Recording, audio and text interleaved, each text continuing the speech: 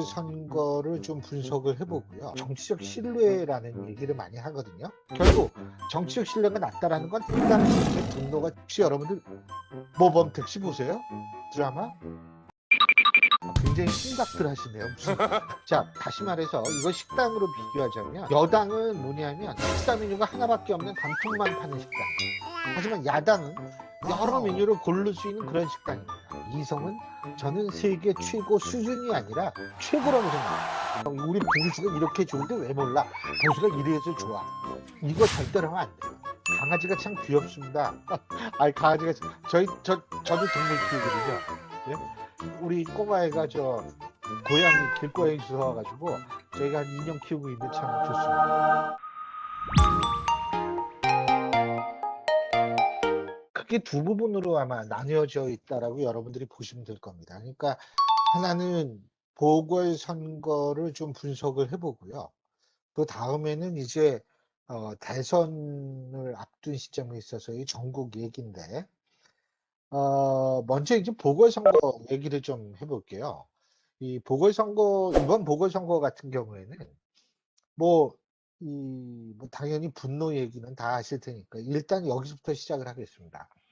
우리가 정치학에서 정치적 신뢰라는 얘기를 많이 하거든요. 근데 정치적 신뢰라는 건 굉장히 주관적인 거예요. 근데 어쨌든 정치적 신뢰가 높을 경우에도 높을 경우에도 정치 참여가 뭐 활발해질 수 있고요. 정치적 신뢰가 낮을 때에도 사실 정치 참여가 굉장히 활발해질 수가 있거든요. 그런데 문제는 뭐냐면, 정치적 신뢰가 낮을 때 나타나는 정치 참여 형태랑 정치적 신뢰가 높을 때 나타나는 정치 참여 형태가 다릅니다. 정치적 신뢰라는 건 그리고 굉장히 주관적인 측면이 강해요. 그렇기 때문에 뭐가 어떻다라고 딱 집어서 얘기하기 힘든 측면이 있지만, 어쨌든 정치적 신뢰가 높을 때에는 온라인적인 어떤 그 정치 참여가 굉장히 활발해집니다. 우리가 예를 들자면 뭐 이 국민청원 게시판에 글을 올린다든지, 뭐 예를 들면 SNS 활동을 통해 가지고 나름대로 자신들이 뜻이 같은 사람들하고 같이 이렇게 이 활동을 한다든지, 이런 현상이 벌어지는데, 정책 신뢰가 낮을 경우에 나타나는 현상은, 그 정치 참여의 형태는 뭐냐면 시위 아니면 투표로 나타납니다. 그런데 뭐 예를 들면 시위로 나타날 경우도 굉장히 많아요. 근데 요새 이제 코로나 때문에 이 시위로 나타나는 경우가 좀 많이 줄었죠. 그래서 이제 그 시위가 아니고 그 대신에 투표의 형태로 나타나지 않았나, 이런 생각이 드는데요. 결국 정치적 신뢰가 낮다라는 건 다른 표현으로 얘기한다면 정치적 불신이 굉장히 크다는 얘기 아니겠어요? 그러면 정치적 불신이 크다는 얘기는 결국 어떤 얘기냐 하면, 소위 말해서 어떤 사안들에 대해서 상당 수준의 분노가 축적돼 있었다라고 볼 수가 있다라는 거죠. 그 상당 수준의 분노가 축적이 돼 있다. 근데 그 분노의 원인이 무엇인지에 대해서는 제가 굳이 여기서 반복하지 않아도 여러분이 너무나 잘 아실 거예요. 예? 그러니까 예를 들자면 첫 번째로 우리가 얘기할 수 있는 거는 부동산 문제라든지, 그동안 누적돼 왔던 불공정의 문제라든지. 사실 불공정의 문제들이 굉장히 오랫동안 누적돼 왔거든요. 예를 들자면 여러분 다 기억하시겠지만, 평창올림픽 남북 단일팀을, 여자 아이스하키 남북 단일팀을 만든다고 했을 때 그때 가장 젊은이들이 분노했던 게 뭐냐면, 여자 아이스하키 팀의 국가대표 선수들은 올림픽을 대비해서 굉장히 노력을 했는데 갑자기 남북 단일팀 만든다니까 몇 명 빠져야 되는 거 아닙니까? 예를 들면 거기부터 시작해서 인천국제공항, 우리가 흔히 인국공 사태라는 그런 것도 있었고요. 그 이후에 쭉 가다가 뭐 조국 사태도 있고 LH 사태, 이것도 사실 불공정의 문제에 속하지 않습니까? 이 불공정의 문제들이 계속 누적돼 왔었다는 거예요. 이 불공정의 문제가 계속 누적돼 왔기 때문에 결국 그런 불신, 그리고 공정하지 못하다는 불신이요. 그리고 거기에 따른 분노가 이번에 이 투표로서 드러났다, 이렇게 볼 수가 있는데, 저는 이렇게 생각을 합니다. 이 여당도 사실은 정확하게 이런 상황을 대처를 하지 못했어요. 정책 불신 분노가 높다라는 거 우리가 한마디로 표현하면 이 정권 심판인 내 분위기가 굉장히 무르익었다는 건데 문제는 뭐냐면 여당이 이 부분에 대해서 네거티브 캠페인으로 대응을 하려고 했다는 거죠. 이게요. 우리가 네거티브 캠페인은 분명히 효과가 있습니다. 우리가 뭐 네거티브 캠페인을 어떤 사람이 했을 어떤 정당이 했을 때는 뭐 언론에서 그러잖아요. 뭐 아니 이렇게 네거티브 캠페인을 해 가지고 이거는 정적 불신을 키워 가지고 뭐 본인들한테 부메랑으로 돌아갈 것이다 이런 얘기를 하는데 솔직히 그건 아닙니다. 네거티브 캠페인은 효과가 있어요. 근데 그 정치 이론적으로 네거티브 캠페인을 설명할 수 있는 게 네거티비티 이펙트 시오리라는 게 있거든요. 이 네거티비티 이펙트 시오리라는 거는 뭐냐 하면 사람은 간단히 얘기한다면 사람은 긍정적인 메시지보다 부정적인 메시지를 훨씬 더 잘 기억하고 오래 기억에 남긴다는 거예요. 네거티브 캠페인은 바로 그런 것을 노려 가지고 하는 거거든요. 그런 것을 노려서 하는 건데 근데 이번에 여당에 있어서의 네거티브 캠페인이 성공하지 못했습니다. 근데 그 이유는 저는 크게 두 가지라고 생각해요. 그 두 가지라고 생각하는데 하나는 뭐냐면 이 네거티브 캠페인은요.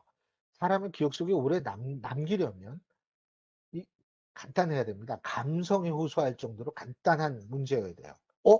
저 사람 이렇게 나쁜 짓 했어?' 라고 느낄 수 있어야 되거든요.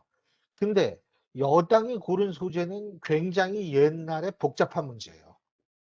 그러니까 문제는 뭐냐면 이거를 설명을 해 줘야 된다는 거죠. 설명을 하면 벌써 네거티브 캠페인 소재로 이건 들어맞지 않습니다. 왜냐하면 설명이 필요하다는 건 이해를 요구하는 거고 이해를 요구한다라는 건 감성을 탁 찌르는 게 아니라 이성에 호소하는 형태가 되거든요. 그렇기 때문에 그거는 사실 그 여당이 일단 소재를 잘못 잡았어요. 두 번째는 뭐냐면 선거를 쭉 하는데 네거티브 캠페인을 자기네가 끄는 소재가 이게 잘 먹히질 않거든요. 이게 잘 먹히지 않으니까 어떤 문제가 발생을 하냐면 그래서 이 사람들이 어떻게 했냐면 중간에 네거티브 캠페인에 "강아지가 참 귀엽습니다." 아이 강아지가 저도 동물 키우거든요. 예. 우리 꼬마애가 고양이 길고양이 주워 와 가지고 저희가 한 2년 키우고 있는데 참 좋습니다. 근데 이 두 번째는 뭐냐면 여당이 자기네가 네거티브 캠페인을 이렇게 하다가 딱 보니까 이게 안 먹히거든요. 그러니까 중간에 프레임을 바꾸려고 그랬어요. 뭘로? 거짓말 프레임으로. 그런데요. 그것도 또한 큰 실수예요. 뭐냐 하면 이거 맨 처음에 오세훈 시장의 뭐죠? 내곡동 땅이 뭐 어떻게든지 저도 하도 복잡해서 모르겠는데 막 그거 떠들다가 갑자기 "당신 거짓말쟁이 아니야?"라고 얘기를 합니다. 근데 뭐하고 연결되냐면 내곡동 땅 문제랑 연결이 된 적이거든요. 그럼 일반 유권자들은 그걸 어떻게 받아들이냐면 '또 그 얘기야?'라고 받아들입니다. 안 먹히는 주제를 가지고 프레임을 바꾸려고 했다라는 것도 여당에 있어서의 가장 전략적인 실수였다라고 저는 생각을 하는 겁니다. 그렇기 때문에 그리고 또 한 가지는 뭐냐면 네거티브 캠페인이라는 거는요.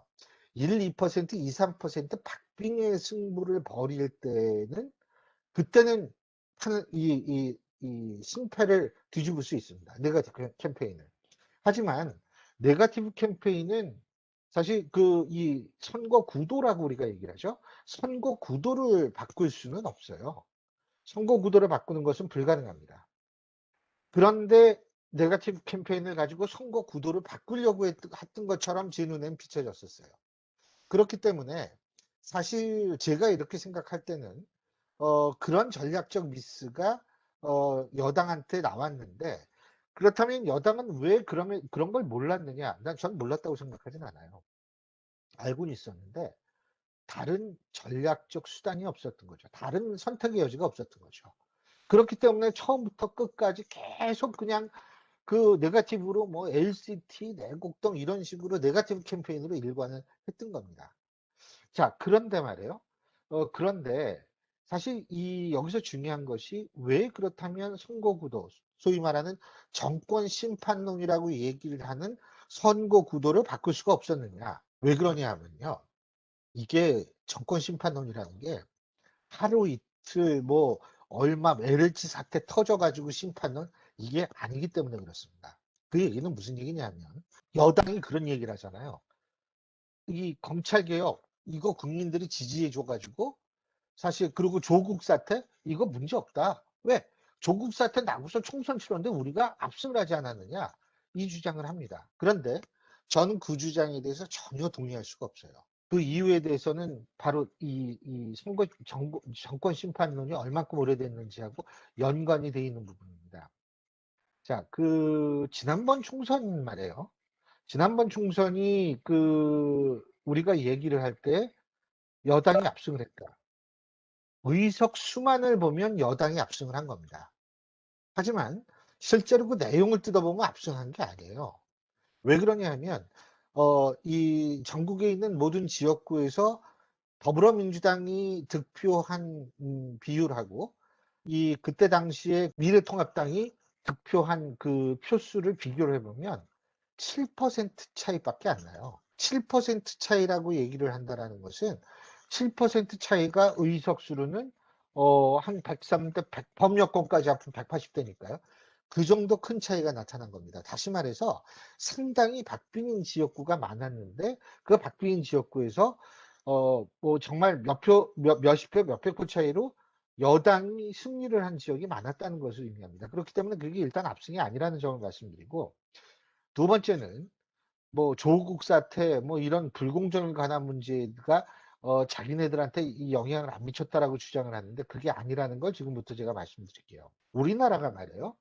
일반적으로 선거에서 대통령 지지율이 45%를 보통 기준으로 잡거든요. 대통령 지지율이 45%를 넘으면은 여당이 이깁니다. 그리고 대통령 지지율이 45% 밑으로 떨어지면 야당이 이깁니다. 제가 지난 여름에요. 작년 7월, 8월, 9월을 국민의힘 총선 백서 쓰는 이 위원회의 부위원장을 맡아가지고 전국 각지를 위원장 하시는 국민의힘 사무총장이시죠. 같이 저희가 쭉 돌아다녔어요. 전국을 돌아다녔는데 거기서 이제 누굴 만나냐면 그 지역의 현지 언론인 되시는 분들하고 이 출마자분들을 만났습니다. 그래서 이제 그분들의 얘기를 들었어요. 근데 출마자분들도 물론 그렇지만 특히 지역 언론인 분들도 한결같이 얘기하는 게 뭐냐면 거의 지역적 차이가 없어요. 2월까지는 국민의힘이 되는 줄 알았다는 거예요. 2월까지는 야당이 승리하는 줄 알았다는 거예요. 그런데 이게 3월 되더니 분위기가 갑자기 바뀌었다는 겁니다. 자, 그거는 우리가 어느 정도의 수치로 증명을 할 수 있습니다. 제가 아까 대통령을 45% 기준으로 그거보다 위면은 더 많이 나온 지지율이 높으면 여당이 승리하고 그거보다 낮으면 야당이 거의 승리한다 이런 말씀을 드렸는데 2월 넷째 주 한국갤럽의 여론조사 대통령 지지율 여론조사를 보면은 42%가 나와요. 2월 넷째 주 한국갤럽 여론조사입니다. 42%가 나와요. 그거는 어느 지역을 가든 그 지역에 있는 언론인 분들이 얘기를 하는 거 있잖아요. 이거 야당이 이기는 선거다. 실제로 여론조사를 봐도 야당이 이기는 선거였어요.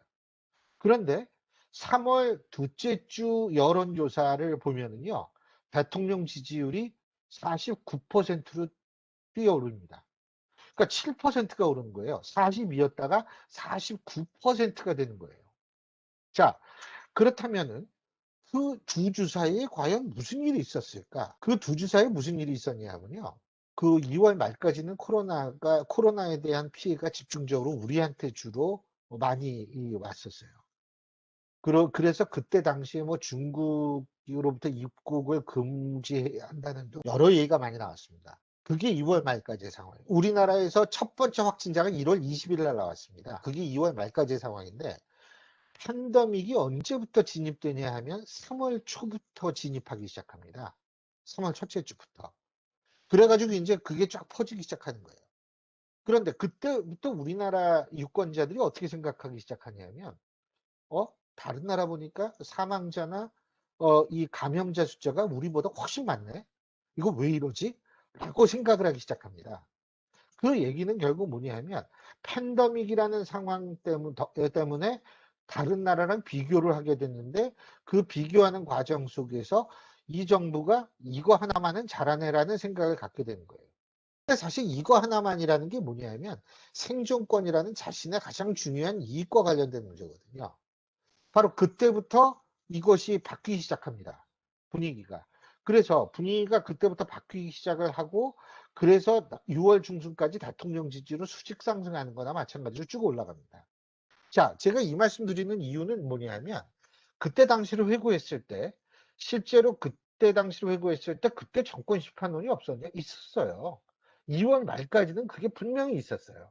그런데 코로나19의 팬데믹으로 그게 덮인 거죠. 그래서 저는 칼럼 같은 데 이런 식으로 표현합니다.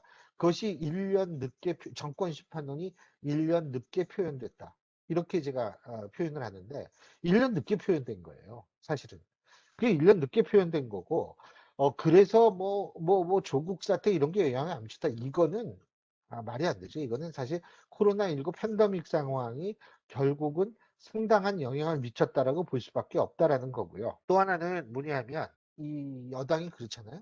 아, 국민들이 개혁을 굉장히 열망했는데 그래서 180석이나 몰아줬는데 자기네가 개혁이 좀 미진해가지고 이번에 보궐선거에 졌다. 그것도 사실 말이 안 됩니다. 그러면서 그 사람들이 드는 사례가 뭐냐면 1대1 가상대결에서 박영선이 처음엔 이겼다 이거예요, 다. 그런데 그것도 사실 좀 그 문제가 있는 발언인 것이 이런 식이에요. 사실 여당의 박영선 후보 같은 경우에는 일찌감치 독보적인 후보가 됐어요. 나올 때부터 상당히 거의 유일한 후보다.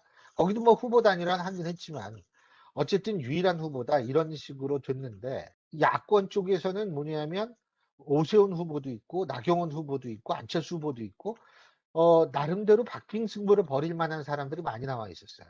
자, 다시 말해서 이걸 식당으로 비교하자면 여당은 뭐냐면 식사 메뉴가 하나밖에 없는 단품만 파는 식당이에요. 하지만 야당은 여러 메뉴를 고를 수 있는 그런 식당입니다. 자, 이런 단품 식당과 여러 메뉴를 고를 수 있는 식당 두 개를 딱 놓고서 예를 들면 여론조사를 할 때 이 야당한테는 그런 얘기를 합니다. 딴 메뉴 없다라고 그냥 생각을 하고 그냥 이 메뉴만 있다라고 생각하면 얘 좋아 싫어.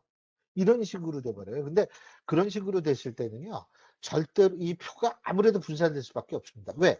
다른 후보가 있는 것을 아는 상태에서는 실제적으로 그 다른 자기가 지지하는 후보 아니라 딴 후보를 지지한다라고 얘기하는 경우가 그렇게 많지가 않아요. 그렇기 때문에 실제로 1대1 가상 대결에서 박영선 후보가 더 많이 나오는 것처럼 보였던 것은 바로 이쪽은 표가 다 박영선 후보 쪽으로 가는데 이쪽은 표가 갈릴 수밖에 없었다라는 그런 측면이 분명히 있었다는 거죠. 그렇기 때문에 그래서 후보 단일화 된 다음에는 갑자기 지지율이 격차가 확 벌어지잖아요. 그거는 사실 후보 단일화 효과도 물론 있죠. 그것도 무시할 수는 없어요. 하지만 한 사람으로 그러니까 진짜 이쪽이 단품 식당인데 이쪽도 단품 식당이 된 거예요. 단품을 파는. 그렇게 될 경우에는 식당 가느냐 안 가느냐가 문제지 어느 식당에 가느냐가 문제죠. 그리고 이 식당에 가느냐 안 가느냐가 문제가 되는 것이 어떤 후보를 찍을 것인가에 고민을 하는 것은 아니거든요. 바로 그런 차원에서 제가 볼 땐 그건 얼마든지 설명이 가능하다. 물론 여기 제가 아까도 얘기했지만 그 야권 후보 단일화 과정에 있어서의 관심도 중요한 항목을 하기는 했을 거예요. 그 얘기는 무슨 얘기냐면 그때가 제가 그때 제가 사회를 봤는데 오세훈 안철수 두 후보 단일화 일단 첫째 그렇게 많은 방송사들이 한꺼번에 동시에 생중계하는 경우 생방송으로 중계하는 경우는 제가 방송 한 20년인데 처음 봤어요. 10군데에서 했거든요. 10군데. 안 하는 데가 없었어요. 시청률은 당연히 그 10개 방송사의 시청률의 합의이죠. 20% 정도가 나왔어요. 20%는요. 혹시 여러분들 모범택시 보세요? 드라마? 굉장히 심각들 하시네요. 무슨 모범택시 드라마가 전 재밌더라고요. 그게 웹툰 주제로 한 건데 웹툰을 한 건데 그게 한 16% 나와요. 그거 엄청 대박치거든요. 근데 정치적인 그 토론회가 시청률이 20%가 나온다는 거는 어마어마한 숫자거든요. 근데 그만큼 관심이 높았다라는 것도 사실은 분명히 한 몫은 했을 거예요. 하지만 저는 뭐냐면 그런 것도 중요하지만 더 중요한 것은 이쪽은 원래 혼자였는데 독보적으로 이쪽이 한 사람이 되니까 결국은 그런 차이가 났다라고 보는 거죠. 그러니까 처음부터 국민의힘도 후보가 한 사람이었다면 이게 비교가 한 사람이었다면 그 격차는 일찌감치부터 나왔을 것이다라고 저는 생각한다는 거죠. 그래서 실제로 지금 사실 여당 같은 경우에는 진짜로 그렇게 생각하는지 아니면 강성 지지층들을 의식해서 그런 얘기를 하는 건지는 전 모르겠어요. 하지만은 만약 진짜 그렇게 생각한다면 굉장히 번지수를 잘못 잡고 있는 것이다. 이렇게 우리가 얘기할 수밖에 없다는 거죠. 결국 이번 보궐선거가 남긴 가장 중요한 것은 뭐냐면 사실은 제가 생각할 때에는 이게 결국은 이 불공정이라든지 뭐 예를 들자면 부동산이라든지 결국 이게 뭐냐면 내가 먹고 살고 내 의식주에 관한 문제거든요. 이 문제들을 제대로 못 해줬기 때문에 분노가 일어났다라는 건데요. 실제로 그렇다면 근데 여당은 어떻게 생각하냐면 모든 걸 이념화시켜 가지고 자꾸 접근을 하거든요. 근데 그 이념화한다고 뭐 부동산 문제가 해결되는 것도 아니고 예를 들면 뭐 코로나19의 공포로부터 해방되는 것도 아니고 이런 거거든요. 그렇기 때문에 저는 제가 이렇게 쭉 봤을 때에는 결국은 뭐냐 하면 진영 논리로 설명이 안 되는 민생의 가장 핵심 부분에 대한 국민적 불만이 이번 보궐선거에 폭발했다라고 볼 수밖에 없다는 겁니다. 그래서 결국은 뭐냐면 이 어떤 민생과 직결되는 사안이 앞으로도 전국에서 가장 중요한 문제로 등장할 가능성이 높다고 생각해요. 그러면 앞으로 등장할 가장 중요한 문제는 뭘까? 우선 이슈와 사람으로 나눠서 생각을 해보죠. 이슈를 우리가 생각한다면 저는 사실 백신 문제라고 생각합니다. 그러니까 지금 현 정권이 11월까지 집단 면역을 완성하겠다고 주장을 하죠. 저도 11월 달에 집단 면역이 됐으면 좋겠습니다. 집단 면역이 된다면 뭐 제가 볼 때에는 별 문제 없이 다른 이슈가 내년 뭐 부동산이라든지 이런 이슈가 내년 대선에서 가장 중요한 역할을 하겠죠. 하지만 만약 그러지 못한다고 했을 때는 전 백신 이슈가 제일 중요하다고 생각합니다. 왜냐하면 백신 이슈라는 게 생존권에 관한 문제고 또 하나는 그것도 물론 생존에 관한 문제지만 경제에 관한 문제거든요. 이런 데에 관한 문제이기 때문에 결국은 백신 문제가 제일 중요하다. 근데 그 뭐 백신 가지고 얘기를 하면 다 가짜 뉴스라고 그러잖아요, 지금 여당이. 근데 사실 그거 되게 웃겨요. 왜 그러냐면 11월 달에 이 집단 면역을 이룰 수 있다라고 하는 주장도 사실은 근거가 전 그렇게 많다고 생각하지 않아요. 그리고 뭐 6년 걸린다는 주장도 정확한 주장이라고 생각하지 않습니다. 만약 둘 중 어느 하나가 가짜 뉴스라면 나머지 모든 게 다 가짜 뉴스가 되는 거예요. 왜 그러냐 하면 저는 이유가 두 가지라고 보거든요. 첫째, 백신의 수급이 어떻게 되느냐 이게 제일 중요하겠죠. 둘째 뭐냐면 백신 접종 후에 항체가 형성된 항체가 과연 어느 정도 지속되느냐. 사실 그 독감 백신은 보통 6개월 지속된다고 그러죠.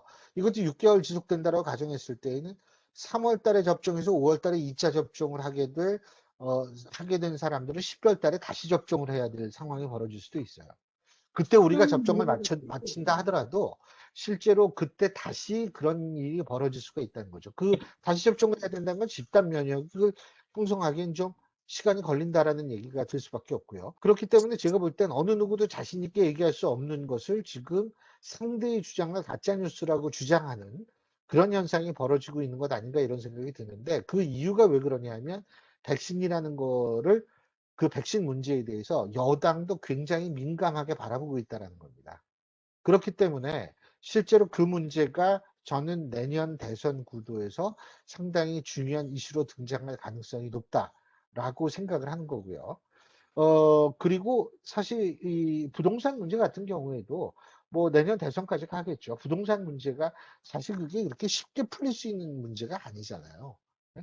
여러분들은 다 집이 있는지 모르겠지만 예를 들면은 그 문제 그 사안이라는 게 상당히 저는 쉽지 않은 사안이기 때문에 그 문제도 당연히 갈 거고 그렇기 때문에 여러 가지 사실은 여당에게 불리한 소재들이 질비해 있다라고 생각을 할 수밖에 없습니다. 그런데 여당 내에 있어서 가장 큰 문제는 상황이 그런데 가장 큰 문제는 뭐냐면 지금 이재명 지사가 1위를 기록하고 있는데 친문들이 그것을 탐탁하게 생각하지 않고 있다라는 게 이제 거기에 제일 큰 딜레마겠죠. 근데 전 개인적으로 뭐라고 생각하냐면 자 이재명 지사가 실제로 이재명 지사가 지금 1위를 기록하고 있는데 친문들이 이재명 지사를 예를 들면 이 버금가는 어떤 친문 진영에서 새로운 대선 주자를 만들 수 있느냐? 저는 사실 그게 만들기가 되게 힘들다고 생각해요. 만들기 힘든 이유가 첫째, 역대 우리나라 대통령들을 보면은요. 역대 우리나라 대통령들을 보면 실제로 탈당을 한 대통령이 딱 한 명밖에 없습니다. 그 한 명이 누구냐면 이명박 대통령이에요. 이명박 대통령 딱 한 분밖에 없고, 근데 그 이명박 대통령이 탈당을 안 했던 건 당시 박근혜 이 전 대통령이 이명박 대통령 탈당할 필요 없다라고 얘기를 했거든요. 그 영향으로 탈당을 하는지 역대 대통령 다 탈당했습니다. 정당 이 초월해서. 자, 그렇다면 이번에 또 그런 현상이 나타나지 말라는 법은 없다라고 봅니다. 그 얘기는 무슨 얘기냐면 대통령의 지지율이 더 떨어질 수밖에 없다라는 거죠. 대통령의 지지율이 더 떨어질 수밖에 없고 그렇게 되면 정당은 그 대통령하고의 거리를 둘 수밖에 없는 거고 그 얘기는 결국 뭐냐면 당내 주류인 친문의 힘은 앞으로 점점 더 빠질 거라는 것이죠. 그렇기 때문에 그 짧은 기간 내에 후보를 만들어서 그 후보를 이재명 지사가 버금가는 후보를 만들겠다. 의지는 있을지 모르지만 현실이 그렇게 가능할까는 굉장히 의구심을 갖습니다. 또 한 가지의 근거는 뭐냐면 여러분 1년 전 대선 1년 전 여론조사가 맞을 것 같습니까? 그 틀릴 것 같습니까? 예? 틀릴 것 같아요? 제가 조사를 해봤어요. 제가 조사를 해봤는데 16대, 그러니까 15대부터 쭉 조사를 했거든요. 15대 1년 전 여론조사 한국갤럽, 김대중 후보가 1위였고 2위가 박찬종 후보였습니다. 근데 16대는 예외예요. 왜? 노무현 당시 후보가 1.6% 지지율이었거든요. 예? 근데 대통령이 당선이 됐어요. 근데 그거는 극히 예외적인 경우니까 일반화시킬 수는 없고요. 17대, 18대 전부 1년 전 1위 후보가 대통령이 됐습니다. 그러면 19대는 어떻게 되느냐? 19대, 17대, 18대, 19대 대선은 뭐냐면 1년 전 여론조사라는 게 2016년 5월 여론조사야 되잖아요. 그죠? 근데 2016년 5월 여론조사가 그게 사실 2020년 5월에 2014년 5월에 내년 5월에 대선이 있겠지라고 생각할 수가 없었잖아요. 그렇지 않습니까? 그런데 그런데 2016년 5월에 여론조사가 사실 있었어요. 그건 대선 1년 전 여론조사가 아니고 그냥 여론조사였는데 그때 RN서치의 여론조사를 보면 재미있는 결과가 나옵니다. 1위가 문재인 후보고 2위가 반기문 후보였어요. 그 1년 전 여론조사라고 칠 수가 없음에도 불구하고 그런 현상이 있었다는 걸 말씀드리고요. 그러면 19대 대선 때는 1년 전 여론조사 역할을 하는 게 뭐냐면 사실은 2016년 12월에 박근혜 전 대통령 탄핵소추안이 국회를 통과를 하거든요. 그때 통과를 하면서 비로소 대통령에 대한 대선이 조기에 치러질 것 같다라는 그런 분위기가 형성이 됐고요. 그런 식으로 얘기를 한다면 2017년 신년 여론조사가 1년 전 여론조사에 구실을 한다고 볼 수가 있겠죠. 그런데 그때 여론조사 보면 모든 여론조사 뭐 경향, 매일경제 뭐 모든 여론조사에서 1위는 문재인 후보였고 2위가 반기문 후보였습니다. 자, 이 얘기를 제가 왜 하느냐면 1년 전 여론조사에서 1위를 한 후보가 대통령이 되더라 이걸 얘기하려고 하는 게 아니에요. 네? 이걸 얘기하려고 하는 게 아니고 이 중요한 것은 뭐냐면 1년 전 여론조사에서 어느 정도의 지지율이 나오는 후보가 결국은 끝까지 가는 거지. 예? 우리가 흔히 5% 룰이라고 얘기를 해서 5% 밑으로 돼 있는 후보는 뭐, 대선 후보로서 의미가 없다 어쩌고 얘기를 하는데 그런 거 다 떠나서 지금 현재 지지율이 좀 굉장히 미약한 후보가 갑자기 지지율이 올라가지고 대선에서 선전할 가능성은 그렇게 많지가 않다라는 겁니다. 일각에서는 사실 그런 얘기를 해요. 그 1대1로 되면은 어차피 사람들이 모이니까 그 당의 각 양당 지지자들이 모이게 되니까 그 양당 지지자들이 모이게 되면 저걸 해볼 만한 게임이 된다라는 얘기를 합니다. 근데 솔직한 얘기로 우리가 17대 대선을 한번 생각해 본다면 당시 이명박 후보가요. 당시 이명박 후보와 정동영 후보가 맞붙었을 때 역대 대선 최대 이 득표율 차이가 났지 않습니까?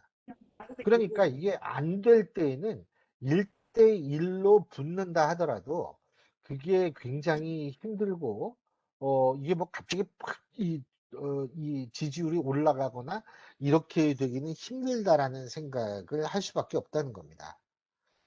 지금 그렇기 때문에 여당에서 이재명 지사가 지금 가장 유력한 대권 후보인데 지금 새롭게 물론 뭐 정세균 전 총리도 나오면 제가 볼 때 10% 나올 수 있다라고 봐요. 그거는.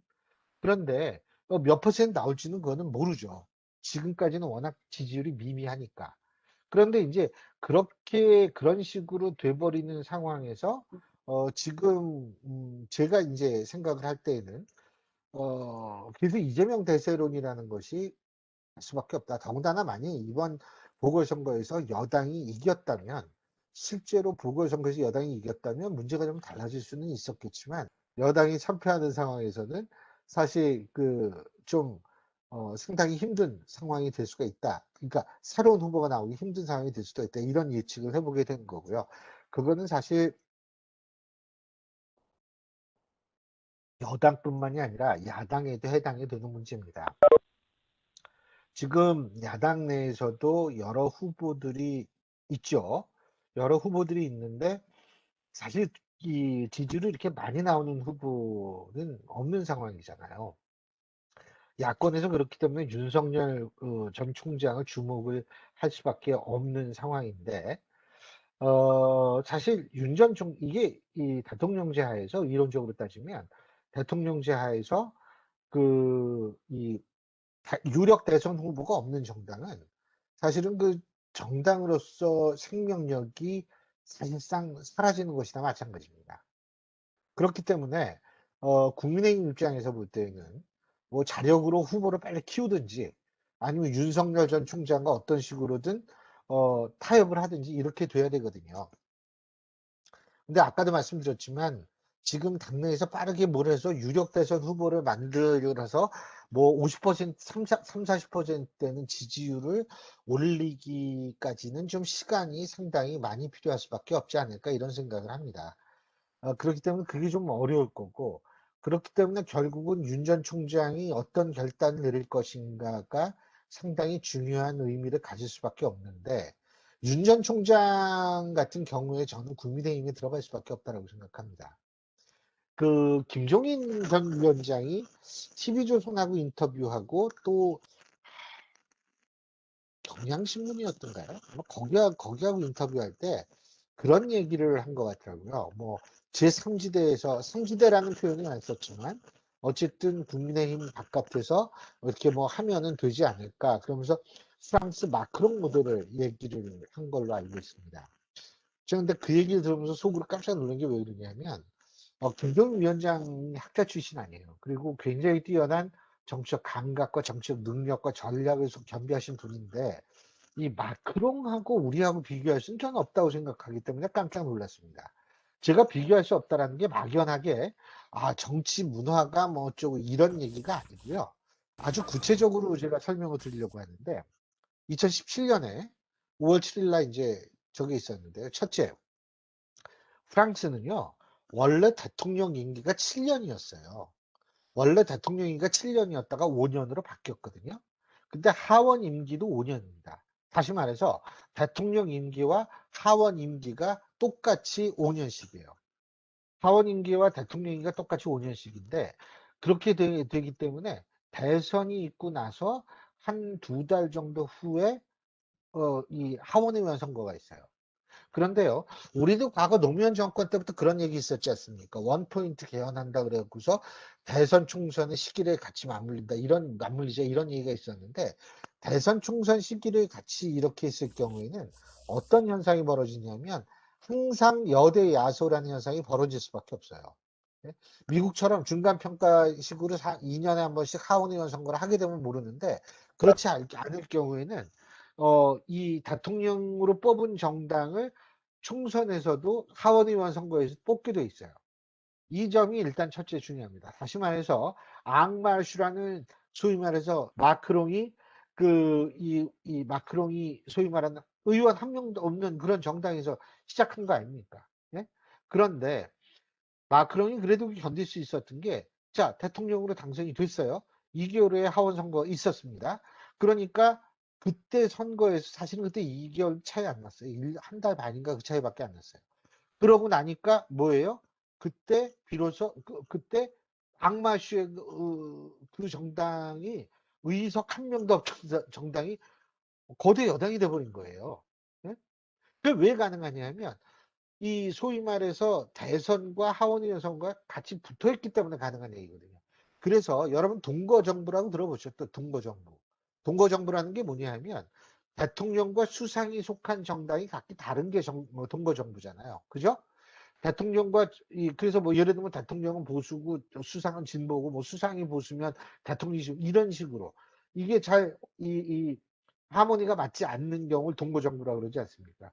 근데 대통령 그 임기를 7년에서 5년을 줄인 다음부터 동거정부가 거의 나타나지 않아요. 왜?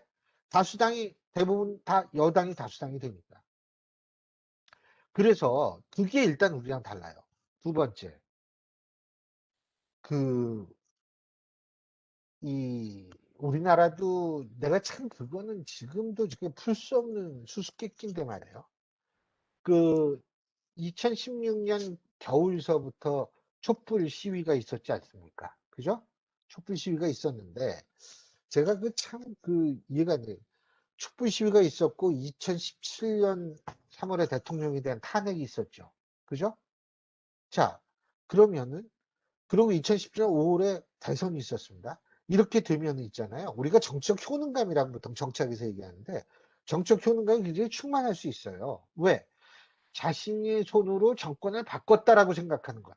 박근혜 정권을 내려오게 만들었다고 생각하는 사람들이 많아야지 그게 많을 텐데. 예? 그런데 제가 진짜 이해가 안 가는 게 대통령 선거의 투표율이 평균보다 2% 정도밖에 높지 않았다는 거예요. 전 이게 굉장히 신기해요. 그게 지금도 이해가 안 되는 거고.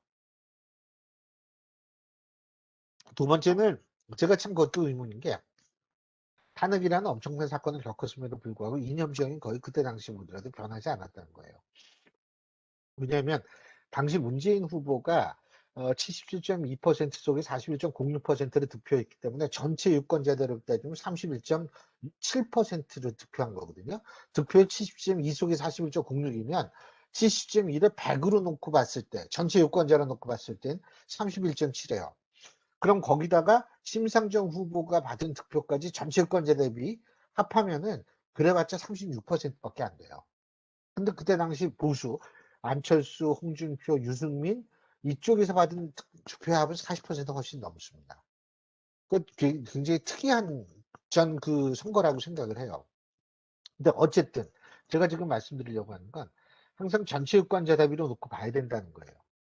자, 우리나라 선거가 평균 보면은 72, 3, 4 요 정도 나오거든요. 투표율이. 대선은. 그런데 이 프랑스 같은 경우에는요. 2012년 대선은 이 결선 투표율이 거긴 결선 투표가 있죠. 80.35였었는데 지난번에 그 선거는 42.64% 정도밖에 안 돼요. 투표율이 결선 투표율이. 굉장히 떨어진 거죠. 자, 제가 이 말씀 왜 드리냐면 마크롱하고 비교했었다는 거. 두 번째 이유를 말씀드리려고 하기 때문인데 1차 투표와 거긴 결선 투표가 있죠. 그죠? 1차 투표율이 그때 69.42%였거든요. 근데 69.42% 속에서 마크롱이 획득한 것이 24.01%입니다. 그렇다면 전체 유권자 대비 마크롱이 얻은 표는 16.67%밖에 안 된다는 얘기예요. 네? 그럼 16.67% 1차 투표에서 얻은 사람이 대통령 된 거예요. 쉽게 얘기한다면.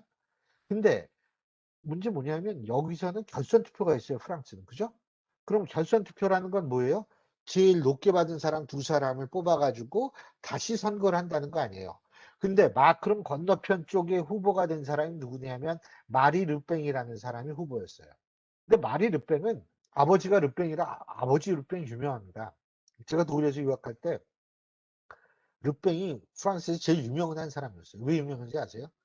극우거든요. 극우. 인종주의에다 극우. 예? 사람을 막 강아지, 개랑 비교를 해요. 뭐 개 종류가 여러 종류가 있듯이 뭐 흑인은 뭐고 막 이런 식으로 비교하는 사람이 아버지 르팽이었어요. 딸 르팽은 그보다 조금 나은 것처럼 하고 다중성을 획득하려는 노력을 하는데 그럼에도 불구하고 민족전선이라는 그 정당은 극우 정당이거든요. 그런데 그 정당의 후보가 결선 투표에 올라갔어요. 자, 그러면 말이에요. 마크롱도 올라가고 두 사람이 마리 르팽하고 마크롱하고 두 사람이 붙었는데 자, 그러면은 소위 말해서 전통 보수나 전통 진보를 뽑은 사람들은 누구한테 가겠어요? 당연히 마크롱한테 가는 거죠. 만약 르팽이 아니었다면 과연 마크롱이 될 수 있을까에 대해서는 전 지금도 굉장히 의문을 갖습니다. 네? 굉장히 의문을 갖는데 그런 차원에서 우리가 얘기를 한다면 사실은 20% 밑도는 지지율 가지고 르팽이 아니라 마크롱은 집권을 한 겁니다. 네?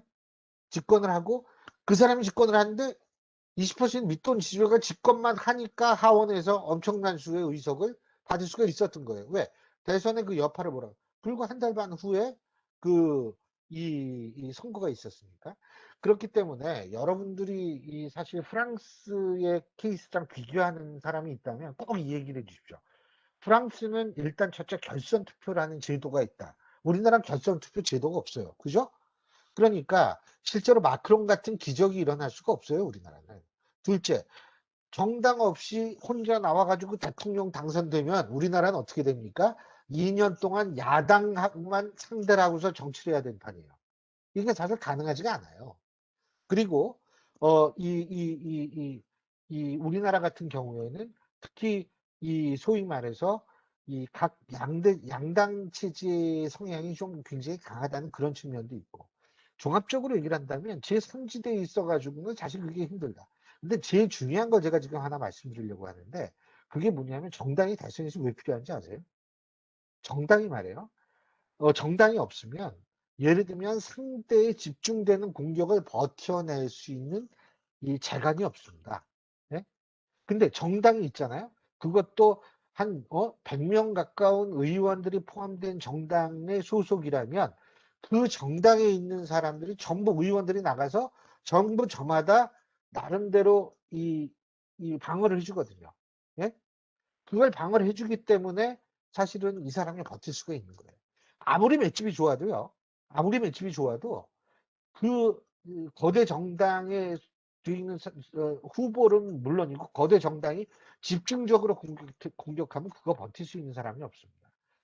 고건하고 반기문 전 총장이 고건 전 총리하고 왜 그게 실패했느냐. 고건 전 총리는 사실상 노무현 전 대통령 당시 대통령이 그랬죠. 내가 사람 잘못 뽑은 것 같다고. 그 이후로 여권의 지지를 받을 수가 없었죠. 그 다음에 반기문 전 총장 같은 경우에는 뭐예요? 야당에 들어가고 싶어, 아니, 그때 당시에 여당이죠. 여당에 들어가고 싶어도 들어갈 수가 없어요. 황교안이라는 거대한 인물이 딱 버티고 있었기 때문에 그때 당시에 들어갈 수가 없었어요. 그렇기 때문에 결국 바깥에 있으니까 상대의 공격에 취약해가지고 결국은 어떻게 되냐면 결국은 낙마할 수밖에 없었던 거죠. 그렇기 때문에 제가 말씀드리고자 하는 것은 만약 윤석열 전 총장이 정말 끝까지 대선에 참여를 하고 이걸 계속 나가려고 생각을 한다면 전 뭐라고 생각하냐면 이 국민의힘에 들어올 수밖에 없는 상황이다라고 저는 생각을 합니다. 밖에 나가 있어가지고 혼자 있어가지고 뭐 마크롱 한번 해보는 건 뭐 전 말리진 않겠는데 그건 거의 성공할 확률이 없다라는 거죠. 그거 제3지대 뭐 얘기하고 이런 건 사실상 저는 뭐라고 생각하냐면 정적 아마추어리즘적인 생각이라고 생각합니다. 아마추어라면 그렇게 생각할 수 있죠. 하지만 프로페셔널은 그렇게 생각하면 안 된다고 저는 생각을 하고 있습니다. 그렇기 때문에 어쨌든 야당 쪽에서는 국민의 이 윤석열 전 총장을 일종의 상수로 놓고 봐야 되는 거 아닌가? 전 이런 생각이 들고 여당은 이재명 지사를 상수로 놓고 봐야 되는 상황이 아닌가 이런 생각을 갖고 있다는 거죠. 그리고 제가 아까도 말씀드렸지만 예를 들자면 이 이슈는 부동산 문제는 거의 100%예요. 그것 때문에 젊은 사람들이 가지는 분노가 엄청나니까. 또 하나는 뭐냐면 아까도 말씀드렸지만 백신 디바이드에 따른 이 우리나라 이번에도 외국과 비교가 될 수 있을 거예요, 이번에도. 지난번에 외국과의 비교라는 거는 정권한테 유리하게 작용했는지 모르지만 지금 비교는 유리하지 않을 수도 있다는 거죠. 그렇기 때문에 이 두 가지가 인제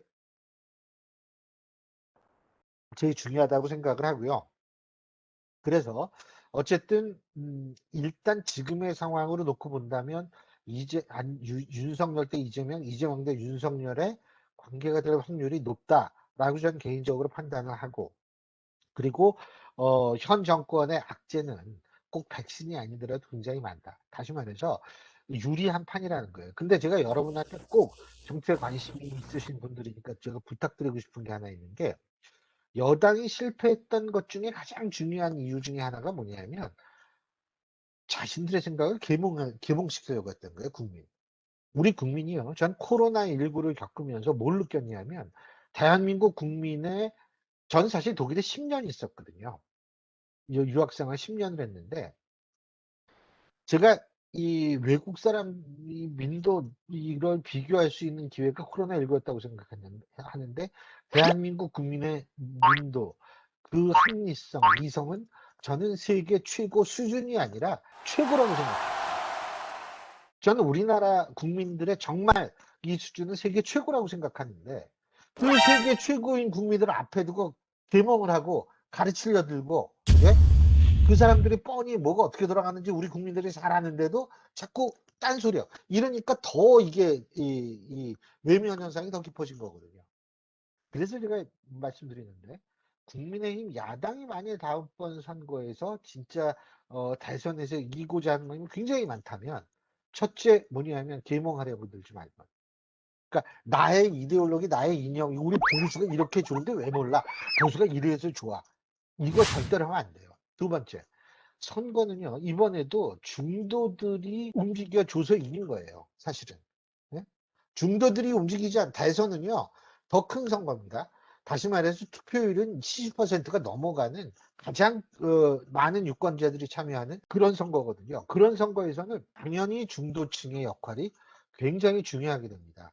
그 중요한 중도층의 역할, 그 중요한 중도층의 역할을 우리가 역할을 생각한다면, 사실은 그 뭐 보수의 기치를 높이 들고 이런 거 그렇게 합리적인 전략은 아니라고 생각합니다.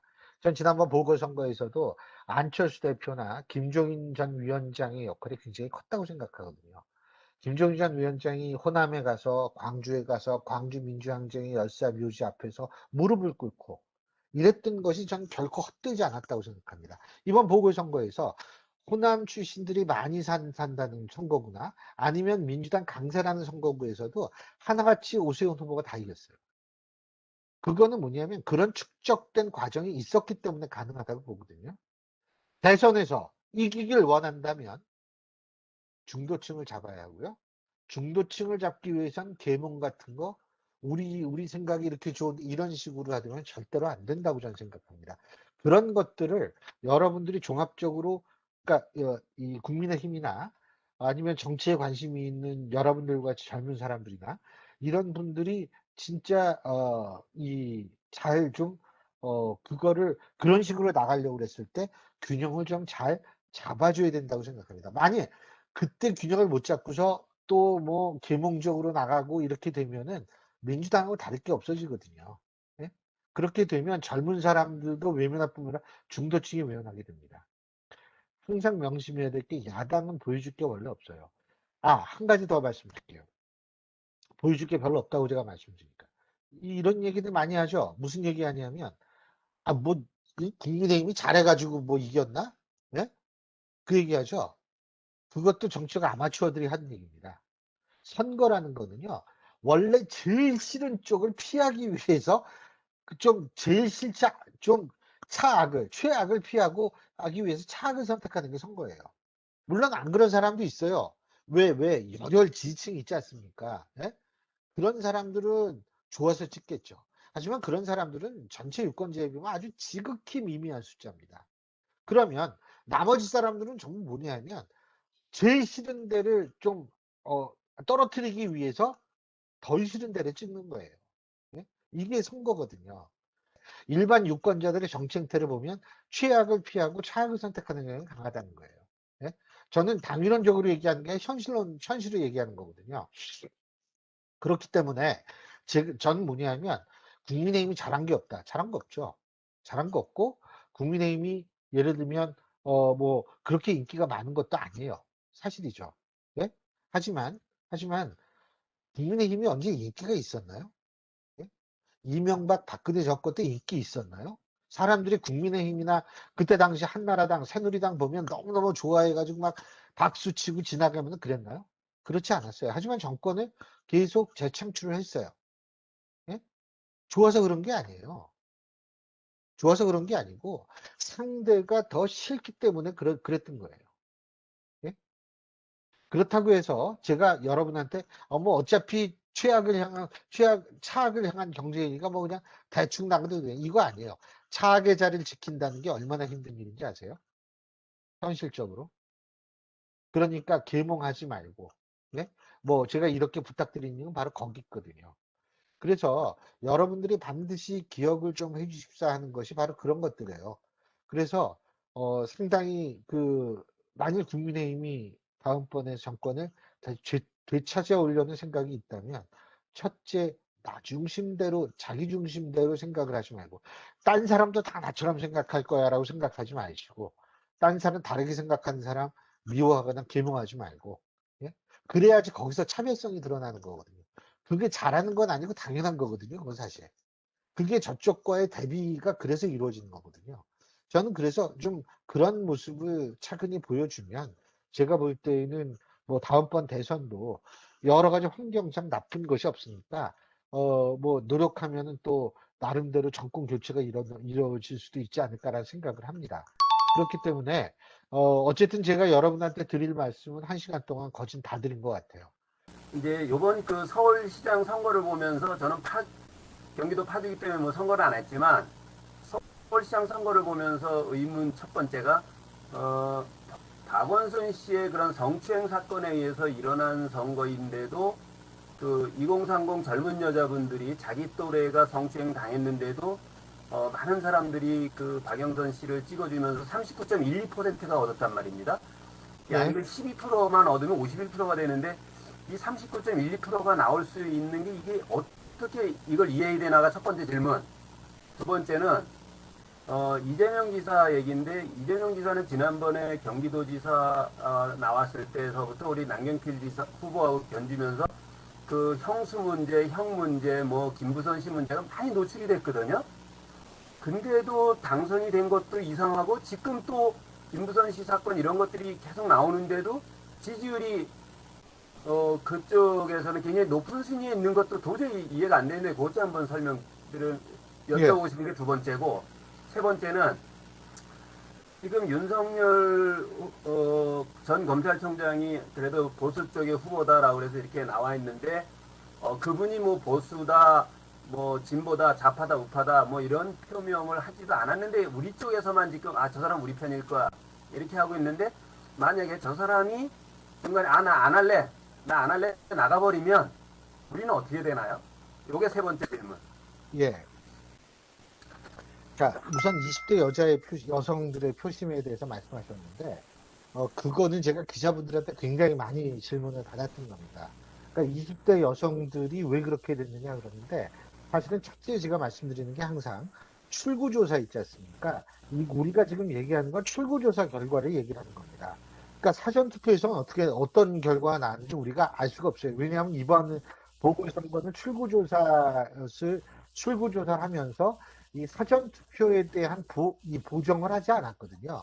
그렇기 때문에 사전투표 결과까지 어떻게 나왔는지를 우리가 지금 예측할 수는 없기 때문에 20대 여성들이 왜 그랬을까라고 단정져서 얘기할 수 없다는 점을 제가 첫째 말씀드리고요.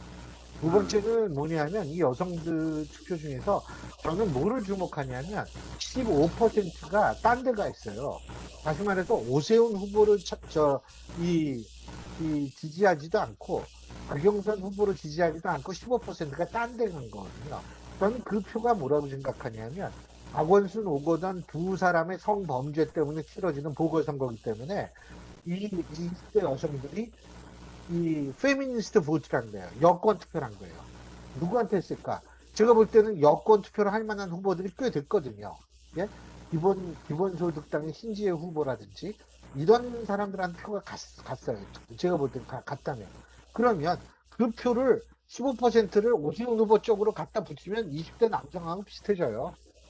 그렇기 때문에 20대 여성들이 왜 그렇게 했을까라고 얘기를 한다면 저는 뭐라고 얘기한다면 아까도 얘기했지만 이 출구조사 그것도 사전투표를 보정하지 않은 출구조사 결과만 가지고 얘기하긴 뭐하다는 거. 두 번째는 뭐냐 하면 아까 제가 말씀드렸지만 예를 들면은 이 페미니스트 보트를 진짜 여권 투표를 했다는 거예요. 그렇기 때문에 그 여권 표까지 계산한다면 사실은 박영선 후보에 대해 표가 많이 갔다라고 저는 얘기하기 힘들 거라고 생각합니다. 두 번째, 이재명 지사가 왜 이렇게 지지율이 오르고 저거 할까? 저는 몇 가지 이유가 있다고 생각합니다. 뭐 몇 가지 이유라고 생각하는 게 뭐냐 하면 이재명 지사의 표는 친문표가 아니에요. 다 반문표입니다. 예? 그래서 제가 항상 하는 얘기가 있어요. 이재명 지사가 맨 처음에 윤석열 총장 나타나기 전에 예를 들면 그 이 지지율이 높게 나왔을 때 뭐냐면 제가 그런 얘기 한 적이 있습니다. 이재명 지사가 여당 내에 있는 후보이긴 하지만 사실은 이재명 지사를 지지하는 사람들을 보면은 여당에 반대한 사람들이 많이 지지했어요. 예? 그래서 이재명 지사의 지지율과 윤석열 총장의 지지율이 시소와 같습니다. 예? 그러니까 윤석열 총장 지지율이 올라가면 이재명 지사 지지율이 떨어지고 이재명 지사 지지율이 올라가면 윤석열 전 총장 지지율이 떨어지는 이런 현상이 벌어지거든요. 왜? 지지층이 일정 부분 겹치기 때문에 그래요. 어떻게? 반문이라는 그런 것 때문에요. 네? 그래서 저는 사실 이재명 지사가 왜 그렇게 저걸 하느냐? 저는 그거는 뭐라고 생각하냐면 사실은 솔직히 간단히 얘기한다면 국민의힘에 손은 잘 안 가는데 투표할 때. 예? 하지만 문재인을 싫어하는 사람들이 이 문재인 정권을 싫어하는 사람들이 이재명 지사한테 많이 가 있다라고 저는 생각을 하고요. 근데 그 중에서 부분적으로 또 윤석열 전 총장이 흡수를 했죠. 그러니까 간단하게 이렇게 보시면 돼요. 이낙연 전 대표는 보궐선거 끝난 다음에 지지율이 계속 떨어지고 있지 않습니까? 지금 단단히 지지율 아니에요. 그 왜 그러느냐? 그 이낙연 전 대표 같은 경우에는 소위 말해서 친문 진영과 이 같이 돌아가거든요. 그러니까 친문이 떨어지면 같이 떨어지는 거예요. 근데 이재명 지사는 전혀 거기에 영향을 받질 않아요. 예? 그 얘기는 결국 무슨 얘기냐 하면 이재명 지사의 지지율의 핵심은 이 국민의힘을 지지하지도 않지만 문재인 정권을 지지하지도 않는 사람들. 그러니까 이게 상당히 다수라는 거죠. 그리고 사실 이재명 지사의 여러 가지 정책을 보면은 보수적인 정책도 많아요. 뭐냐면 이런 얘기를 하면 여러분이 깜짝 놀라겠지만 기본소득 있죠, 기본소득. 예? 기본소득이 유럽에서는 우파 아젠다예요. 그게 좌파 아젠다가 아닙니다, 기본소득이. 많은 사람들이 기본소득을 하면은 복지도 다 받고 또 추가로 기본소득도 받고 천만에요. 기본소득을 주면 다른 복지는 없어져요. 그렇기 때문에 우파는 북유럽 같은 데에서는 이 복지로 많이 나가잖아요. 이렇게 나가는 것보다는 기본소득 같은 걸 하면은 좀 덜 나간다라고 생각해서 기본소득 얘기가 나온 거예요. 실제로 기본소득 하는 거 여러분 뭐 귀에 못치 박히도록 들으셨겠지만 알래스카 하나밖에 없거든요. 알래스카에서도 돈 주는 게 그 알래스카는 자원이 많잖아요. 예? 기름이나 이런 게 많기 때문에 그거 판 돈으로 이제 1년에 1인당 제 기억으로는 180? 하가 한 달에 10만 원 조금 넘는 돈이에요. 우리나라식으로 따지자면. 예? 그 정도를 주고 있는 그게 유일한 케이스거든요. 아까도 말씀드렸지만 이재명 지사 같은 경우에는 실제로 우파적인 얘기도 많이 해요. 그리고 물론 좌파적인 얘기도 많이 하죠. 그건 뭐 부인할 수 없는데, 그러니까 이분의 정체성이 무엇인가에 대해서는 정확하게 우리가 얘기할 단계는 아니지만, 어쨌든 저는 그래서 이 인기가 유지가 지지율이 유지가 된다. 다시 말해서, 이 야당도 싫고, 여당도 싫고, 현 정권도 싫은 사람이 이재명 지사한테 가는 거고, 처음에 그래서 지지율이 높게 나오니까 그 탄력으로 여태까지 계속 가는 거고, 예? 근데 지금 윤석열 전 총장이 등장함으로써 좀 이거 흔들리고 있다 이런 측면은 저는 있다고 보고요. 자, 윤석열 전 총장이 안 나간다 그러면은 어떻게 되느냐? 저도 그건 모르겠어요. 아까 제가 말씀드렸듯이 지금 시간이 1 년도 안 남은 상태에서 새로운 사람을 끌어 가지고 만들어 가지고 내보내서 이길 수 있다? 글쎄요. 저는 그거에 대해서 좀 회의적입니다. 그러니까 윤석열 전 총장이 만일 정치를 계속하려면은 하루빨리 국민의힘으로 들어와야 돼요. 왜냐하면 늦게 들어올수록 공격만 받고 상처만 받을 수 있거든요. 빨리 들어와야 되는데 어떤 선택을 할지는 지켜봐야겠죠. 예. 또 뭐 질문하세요. 신천지 기억나시죠? 우리 박 선생님. 예, 예? 신천지 때 뭐 했습니까? 이 종이 한 장 들고 거기 달려가 가지고 예? 신천지 폐쇄해 버렸잖아요. 예, 예? 그런 것들이 일반 국민들한테는 '야 정말 이게 위기 상황에서 일을 이렇게 하는구나.' 예? 사실 그때 말이에요. 그때를 기억해 보면 박원순 당시 서울시장도 약간 좀 쫓아내 보려고 그랬다가 그게 잘 안 됐죠. 예? 잘 안 돼. 이정민 지사 그런 게 있어요. 지금 말씀하신 거 저도 동의합니다. 신천지 이런 거 일할 때 그러니까 소위 말하는 발언만 사이다로 하는 게 아니고 그런 식으로 하는데 사실 저는 이번에 또 예를 들면 이런 거예요. 갑자기 있다가 자치를 경기도 차원에서 고려를 해보고 있다. 우리가 독자적으로 수입한 이 얘기 했지 않습니까? 이 얘기는 결국 뭐냐면 현 정권을 굉장히 곤란하게 만드는 일이거든요. 예? 현 정권을 굉장히 곤란하게 만드는 이런 식으로 툭툭 던져가지고 그래가지고 지금 뭐예요? 지금 현 정권 일체는 뭐 어쩌고 저쩌고 떠들다가 그 스푸트니크 V를 뭐 지금 검토를 하겠다 이런 식으로 나오거든요. 벌써 끌려가는 거거든요. 이분이 제가 볼 땐 그런 정치적인 감각 이런 건 진짜 탁월하다고는 봐요, 저는. 제가 뭐 지지하지는 않지만 인정할 건 인정해야죠. 네. 지금 민주당의 네, 인사분들은 주로 친문이신 분들로 이루어져 있잖아요. 그러면 이제 당 차원에서 네. 이재명 지사를 끌어줘야 되는데 친문이셨던 분들이 그냥 그렇게 그분들을 그러니까 이재명 지사를 계속 그렇게 끌어주실지 그게 좀 궁금합니다. 이해찬 전 대표는 제가 알기로는 민주당이 승리를 한다라는 생각만 가지고 있는 사람이에요. 승리를 해야 한다라는. 그러니까 누구든 상관이 없다라고 생각하는 사람으로 알고 있어요, 저는. 두 번째는 뭐냐면 친문들이 이재명 지사를 당연히 껄끄럽게 생각하겠죠. 근데 문제는 뭐냐면 껄끄럽게 생각을 하고 지금도 사실은 굉장히 반의 정서가 많거든요. 이 당권 지금 당대표 경선하고 있는데도 야 누구랑 이재명이랑 가깝대 뭐 이런 식으로 하면서 근데 중요한 건 그 정도로 거부감이 많은 거는 사실입니다. 그 정도로 거부감이 많은 건 사실인데 문제는 뭐냐면 다른 대안이 없었을 때 다른 후보가 뜨지를 않으면 이거는 친문들이 어떻게 할 수가 없어요, 도리가. 예? 그게 대세론으로 굳는 거죠.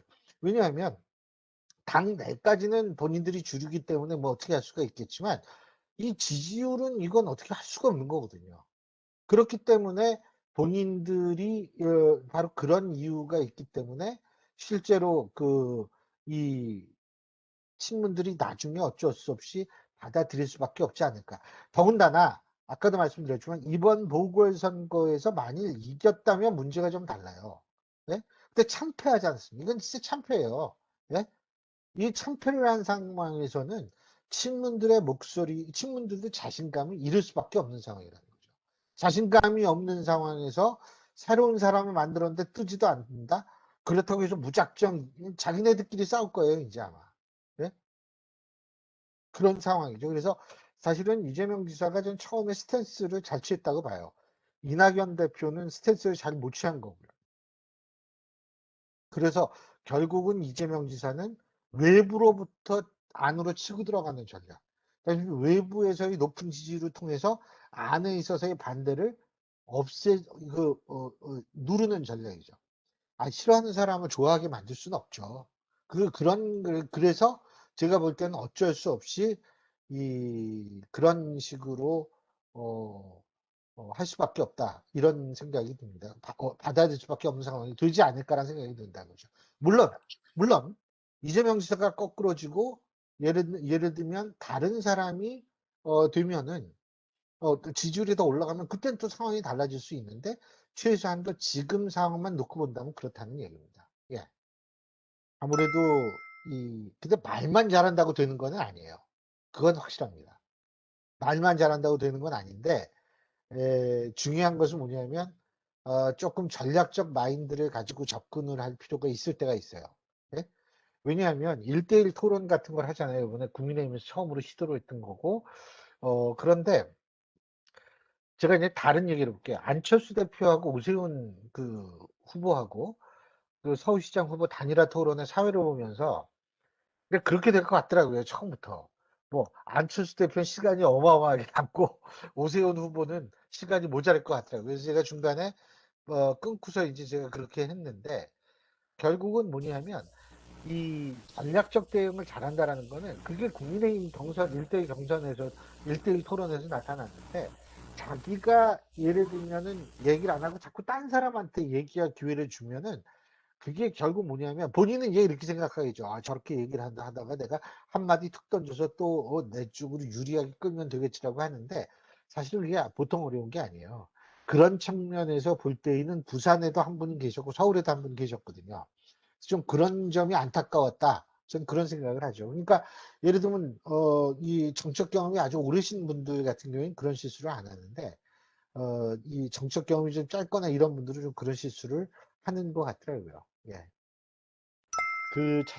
찻잔 속의 폭풍은 아니라고 보는 이유가 예를 들면은 이낙연 전 대표 같은 경우에는 사실 정통 친문이라고 볼 수가 없거든요. 네. 근데 정세균 전 총리 같은 경우에는 범친문이라고 분명히 불릴 수 있는 분입니다.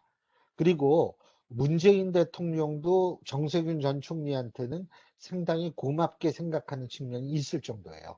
예? 그렇다면 결국 무슨 얘기냐 하면 그래서 정세균 총리가 나오게 된다면 지금 보선 패배로 상당히 위축이 된 이낙연 후보의 지지세는 더 흩어질 가능성이 생기는 거예요. 왜? 이낙연 총리를 지지하는 사람 중에 상당수는 이재명 지사에 대해서 좋아하지 않는 친문들이 많았거든요. 네. 예? 근데 진짜가 범친문이 나타나면 더군다나 지금 이낙연 전 총리는 이게 계속 지지율이 떨어지는 추세잖아요. 그러니까 다른 사람한테 건너갈 확률이 있는 거죠. 예? 네. 그렇기 때문에 제가 그분이 오시지 않았기 때문에 모르는데 네. 그분이 오시면 제가 자신 있게 여러분한테 말씀을 드릴 텐데 제가 볼 때는 그래도 10%는 될 거예요. 제가 볼 때. 본인이 확보한 지지율이 한 1, 2% 되거든요. 예? 네. 거기에다가 인제 출마 선언하고 이렇게 해 가지고 아무래도 더불어민주당 쪽에서도 좀 컨벤션 이펙트를 위해서 좀 더 많이 좀 얘기를 할 거고 그런 과정에서 이낙연 전 대표 쪽에서 또 넘어오는 표가 있을 거고 이런 거 저런 거 합하면 저 10%일 거라고 봐요. 그러니까 그게요. 절대로 우습게 보는 표가 아니에요. 정세균 전 총리의 그거는요. 제가 말 나왔으니까 한마디 더 하는데 지금 사실은 국민의힘 후보들 대선 후보들은 대부분 뭐냐? 지난번에 나왔던 분들이에요. 네. 홍준표 물론 이제 지금 원외 당 밖에 계시지만 그래도 뭐 보수니까 홍준표 의원도 한 번 나오셨죠. 그때 당시 자유한국당 후보로 나오셨죠. 그다음에 유승민 전 의원도 나오셨었죠. 그다음에 저는 사실 합당할 거라고 보거든요. 네. 안철수 대표도 나왔죠. 네. 예? 그죠? 네. 이게 한 번씩 다 나오신 분들이에요. 근데 이 한 번씩 나오신 분들의 한계가 뭐냐면 돌풍을 일으키기 힘들다는 거예요. 예? 이미 나왔기 때문에. 예? 근데 정세균 전 총리도 그렇고 이낙연 전 총리도 그렇고 사실 이재명 지사는 나온 것 같지만 안 나왔죠. 왜냐하면 네. 경선까지만 나왔으니까. 예? 네. 그러니까 저쪽은 사실은 본선에 나온 사람이 한 명도 없어요. 근데 이쪽에서 거론된 사람은 대부분 다 본선에 나왔어요. 네. 아까 박 선생님이 말씀하셨던 윤석열 전 총장이 야권 이사라고 한다면 그 사람 빼놓고는 다 나온 거예요. 이것도 사실은 국민의힘은 굉장히 이 깊게 생각할 부분입니다. 네? 근데 저쪽 한 번도 안 나왔다. 이게 나오고 안 나오고 뭐가 중요하냐? 왜냐하면 한 번 나온 사람들 같은 경우에는 대충 어디까지가 한계일 수 있다라는 막연한 생각들을 가질 수가 있어요. 근데 처음 나온 사람들 있죠? 이건 어디로 튈지 모르는 거예요. 그래서 무서운 거예요. 그런 측면도 한번 생각을 해봐야 될 것 같습니다. 근데 확실한 거는 정세균이든 이낙연이든 아니면 이재명 지사든 세 분 다 처음 본선은 세 사람 중에 한 사람이 나가는 전부 처음에 나가는 사람들이기 때문에 그것도 고려를 해야 돼요. 아, 네. 그럼 제 방금 전까지 이제 여권 인사 예. 말씀드렸는데, 좀 더 한 분 더 말씀드리고 싶은 게, 뭐, 야권에서 윤석열 전 총장 없으면 이제 그 개인적으로 조금 좋게 보는 인물이 그 옛날에 김동연 부총리 있지 않습니까? 네, 이분이 되게 이제 뭐 고졸로 행정고시 패스하시고 예. 또 은행 다니시다 가지고 되게 아, 이제 훌륭하신 분이에요. 그럼요. 네, 스토리도 예. 되게 좋으시고 예. 좀 요즘에 약간 대권 행보까지는 모르겠는데 좀 이렇게 청년들하고 이제 정치적인 이런 대화 소통을 늘려가고 계시는 것 같더라고요. 그래가지고 요 분이 이렇게 뭐 저희 이제 보수 우파 쪽으로 오셔가지고 어떻게 클 수 있는지 아니면 이분이 어떻게 될지 좀 되게 궁금하거든요, 저는. 저는 뭐 오시고 싶다는 분들은 다 와야 된다고 봅니다. 근데 김동연 전 부총리는 상당히 좀 훌륭하신 분이라고 생각을 해요. 네. 진짜로 훌륭하신 분이고 뭐 이게 진짜인지 거짓말인지 요새 뭐 뻑하면 가짜 뉴스라고 그래가지고 그 하도 뭐 어떻게 된지 모르지만 어제 제가 기사를 읽어본 것 중에 하나는 총리는 거절하면서 야권에서의 대선 후보는 생각이 있다는 식의 기사가 나온 적이 있어요. 제가 네, 맞습니다. 읽어봤어요. 예. 네. 근데 제가 읽어봤는데 그 훌륭한 분이죠. 오실 수 있으면 참 좋죠. 그런데 김동연 부총리가 한 가지 좀 그 약점이 있어요. 그게 뭐냐면 여러분 부총리 그거 다 이름 국민들이 다 아는 것 같죠?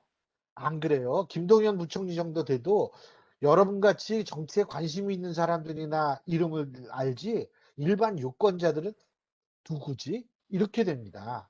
예? 그러니까 저는 항상 정치를 얘기할 때 현실적으로 얘기를 해요. 제가 여러분한테 한 가지 물어볼게요. 여러분 지금 국민의힘도 그렇고 더불어민주당도 그렇고 당권 경쟁이 한창이지 않습니까? 그죠? 예? 네. 지나가는 사람 붙잡고요. 예? 지난 19대 대선 때 더불어민주당 그때 당시 당대표가 누구였는지 기억나십니까? 물어보면 다 기억 못해요. 18대 대선 때 당시 박근혜 후보와 함께 당을 이끌었던 당대표가 누군지 아십니까? 몰라요. 17대도 모르고 16대 다 몰라요. 그 얘기는 결국 무슨 얘기냐면 예? 사람들이 의외로 잘 모르는 게 굉장히 많다는 거예요. 그러니까 윤석열 전 총장의 장점은 뭐냐? 추미애랑 그렇게 치열하게 싸우고 예? 대통령이랑 그렇게 막 싸우는 것처럼 보이니까 사람들이 윤석열 전 총장 이름은 다 알아요. 예? 그런데 문제는 뭐냐면 김동연 전 부총리가 왜 그만뒀지? 김동연 전 부총리는 뭘 뛴 사람 이거 아는 사람 그렇게 생각보다 많지 않습니다. 그렇기 때문에 총리를 해도 잘 몰라요. 총리도. 예? 근데 부총리는 더 모르죠. 그게 그분 스토리도 있죠. 능력도 있죠. 진짜 난 그분 정치적이나 정책적 마인드가 뛰어나다고 생각해요. 근데 문제는 뭐냐면 지금 1년도 안 남은 시점에선 인지도가 중요한데 그게 글쎄 그분 굉장히 그런 점에선 그분이 그게 힘들까. 하지만 그분이 합쳐지면 더 좋죠. 사실은. 예. 20대들이요. 예? 국민의힘 지지하는 게 아니고 정권을 싫어하는 거라는 생각을 해주셔야 돼요. 근데 그래가지고 전 제일 그게 저거 하는 게 언론 이제 기자분들이 저한테 전화를 했을 때 이제 얘기할 때 제가 항상 그 얘기를 하는 게 20대들이 보수화되고 있다. 그래서 제가 웃어요. 왜냐하면 요새 기자분 여기 계신 분들 다 젊으니까 당연히 모르시는 건 너무나 당연한 기자분들 다 젊거든요. 노무현 정권 때요. 예? 노무현 정권 때 20대들 그때 반노라 그래가지고 보수화된다고 그랬어요. 예? 이명박 정권 때요. 이명박 정권 때는 또 반이를 해가지고 젊은 사람들이 다시 진보가 됐다고 그랬어요. 예? 그다음 박근혜 정권 땐 반박이야. 역시 진보적이야. 근데 문재인 들어오니까 또 보수화됐다는 거예요. 자, 이념적 스펙트럼은 우리나라 20대들은 이랬다 저랬다 하는 세대예요. 예? 근데 그렇지가 않습니다. 20대는 일관되게 시대를 막론하고 우리나라 20대가 보여주는 일관된 그 성향이 있어요. 뭐냐? 반권력적 성향입니다. 살아있는 권력은 다 싫어하는 거예요. 예? 20대들이 중요한 특징이에요. 우리나라 20대. 전 근데 그 20대들이 그런 성향을 보이기에 우리나라 미래는 굉장히 밝다고 생각합니다. 예? 항상 노무현 때 20대, 노무현 정권 때 20대면 지금 한 40대 됐죠. 그렇지 않습니까? 예? 근데 그 지금 30대가 30대인 과거 20대들, 이명박 박근혜 정권 때 40대, 30대들 그때도 똑같았고 지금 20대도 똑같이 반권력적 성향을 보여주고 있거든요. 예? 그렇기 때문에 실제로 그게 뭐 어떤 뭐 보수적 성향이 돼서 내가 보수가 좋아서라기보다는 그냥 현재 살아있는 권력으로부터 내가 피해받고 있다라는 생각을 20대들이 다 갖는 거고 내가 피해를 받고 있기 때문에 나는 이 사람들이 싫은 거고 이거예요. 네? 근데 그것이 반권력적 성향을 보인다고 그 사람들이 투표에서는 정치적 성향을 표현하지만 정치적이라고 보기에는 힘든 측면이 저는 있다고 봅니다. 그래서 20대들을 국민의힘이나 이 보수적 정당이 품을 여는 노력을 한다는 건 200% 필요하죠. 저도 강력하게 지지하는데, 예? 그렇다고 해서 그게 쉬울 것 같지는 않다는 거죠. 지금 예를 들면 국민의힘은 예를 들면 청년의힘이라는 청년 정당도 만들지 않았습니까? 예? 예? 저도 네. 이제 그거 할 때 그 독일 사례 뭐 이런 거 얘기한다고 가서 얘기도 하고 그랬는데 어쨌든 청년의힘이라고 그걸 만들었는데 좋은 일이에요. 좋은 일이고, 예? 그러고 우리나라 보수들이라는 게 뭐 맨날 뭐 고리타분하다 뭐 이렇게 얘기를 하는데 사실은 저는 그런 거는 많이 벗어나고 있다고 봐요. 지금. 예? 지금 많이 벗어나고 있다고 보고 그리고 사실 그 이게 그 과거 이 군사 독재 시절에는 소위 말해서 진보를 얘기하고 이런 거는 목숨 거는 일이었고 그렇기 때문에 굉장히 신념을 가진 사람들만이 할 수 있었는데 지금 뭐 다 진보할 수 있잖아요. 그렇지 않습니까? 그렇기 때문에 지금은 진보의 어떤 그 희귀성이나 진보의 어떤 그런 것도 사실은 좀 많이 상실됐다고 봐요. 근데 보수도 마찬가지예요. 보수는 고리타분하고 뭐 맨날 뭐 하고 이런 것도 많이 바뀌었다고 저는 보거든요. 그러니까 20대들도 지금 국민의힘을 찍을 수 있는 거예요. 단, 앞으로 좀 더 노력을 해야겠죠. 무슨 어떤 노력? 좀 중도적인 의미도 좀 주고, 예? 좀 뭐 이런 거를 좀 줘야죠. 예? 그렇지 않은 상황에서는 저는 사실은 뭐 떠나갈 수도 있는데 어쨌든 근데 그 현 정권 만약에 국민의힘 다음번 정권 잡으면은요 20대들은 또 국민의힘에 반대할 겁니다. 그건 확실해요. 저 말씀 드려도 괜찮을까요? 예, 그럼요. 예. 어디 지금 있으시죠? 교수님 말씀을 들으면서 제가 이제 생각이 나서 예, 말씀을 드리는데요. 예. 제 아들은 지금 정확히 25살이에요. 예, 얘네는 보수니 진보니 이런 거에 관심이 없어요. 맞아요. 예, 자기 실생활에 그렇죠. 필요한 게 원하고, 그렇죠. 그리고 바로 그거죠. 얘네들이 20대 애들이 진짜 우리가 생각할 수 없을 만큼 얘네들이 똑똑해요. 그렇죠. 근데 그러니까 지금 반권력적인 거 이런 거보다는 걔네들이 원하는 걸 만들어줘도 그러고 제발 홍준표 좀 한 번만 찍어달라 이렇게 해서 제 아버지가 사정까지 했어요. 근데도 자기는 죽어도 고집을 피우고 안 찍고서 안철수 찍는다고 했거든요. 근데 안철수를 안 찍고 그다음에 이제 제가 물어봤더니 유승민 찍었대요. 그래서 왜 유승민 찍었냐는데 자기가 안철수를 찍어주려고 보니까 이 토론하는 거 보니까 도저히 답이 안 나와서 그래서 유승민을 찍었다. 그래서 제가 요새는 또 그럼 유승민을 또 지원하냐 하니까 그건 아니라고 해서 그러니까 얘네 20대 애들이 굉장히 주관이 뚜렷해요. 그래서 요번에 보선을 하는 데 있어서 자기 오세훈이 좋아하지 않는데 시장 버리고 간 사람을 자기 무책임하고 버리고 간 사람 싫어하지만 나는 그 민주당이 되는 게 싫어서 이걸 찍었다. 이렇게 얘기를 해요. 그래서 제가 그럼요. 그리고 20대 여자하고 20대 남자하고 생각이 엄청 틀린 것도 그것도 사실이에요. 예, 어제 뭐 진중권하고 이준석하고 뭐 그 페미니즘에 대해서 토론하는 것도 서로 뭐 얘기하는 것도 의견이 엇갈린 것도 제가 봤는데 얘네 20대 남자애들이 20대 여자에 대해서 뭐 그렇다고 여자친구 없는 건 아닌데도 있는데도 그 20대 여자들의 사상에 대해서 얘네들이 남자애들 굉장히 싫어해요. 저는 요거를 꼭 말씀드리고 싶었습니다. 예. 예, 예, 아니, 다 맞는 말씀이시죠, 뭐. 근데, 예, 사실 제가 앞서도 말씀드렸지만 20대들이 권력에 의한 피해에 제일 민감하게 반응하기 때문에 저도 그렇다고 생각을 하고요. 네, 20대들이 권력에서 피해를 받는 거에 가장 중요한 부분이라는 게 지금 말씀하신 청년 실업 문제, 이런 거라고 생각을 하는데, 지금 사실 남녀를 구분해서 접근하는 거는 저는 좀, 그거는, 좀 그렇다고 보는 게, 그게 어떤 면에서는 민주당의 어떤 그런 쪽에 잘못하면 말려갈 수가 있지 않을까 이런 생각 드는 게 현 정권이 이 페미니즘 정권, 본인들이 페미니스트 정권이라고 얘기를 하는데 실제로 여성들한테 도움이 될 만한 정책을 한 건 하나도 없습니다. 사실은. 그렇기 때문에 여성들이 이 현 정권이 페미니스트 정권이기 때문에 뭐 이 박영선을 찍고 혹은 민주당을 좋아하고 저는 이런 거는 거의 전 딸만 둘이거든요. 어쨌든 뭐 다 같이 고민을 해야 될 부분이 그렇고 지금 여기에 대학에서 공부하고 있는 유준석이라고 합니다. 이번 서울시장의 허경영 후보의 득표는 국민들의 정치에 대한 불안이라고 봐도 될까요? 이 질문을 하셨는데 어떻게 생각하세요? 불만이라고 생각하십니까? 불신이라고? 예? 저는 글쎄요. 뭐 불신일 수도 있고요. 근데 이제 이 허경영 신드롬이라고 얘기를 하는 그거에 대해서는 사실 좀 다른 측면은 분명히 있는 것 같아요. 과거에는 진짜 그렇게만 뭐 쇼맨십으로 된다 이런 얘기를 했었는데 부분적으로 그분의 얘기 중에 일부분이 현실화된 것도 있거든요, 사실은.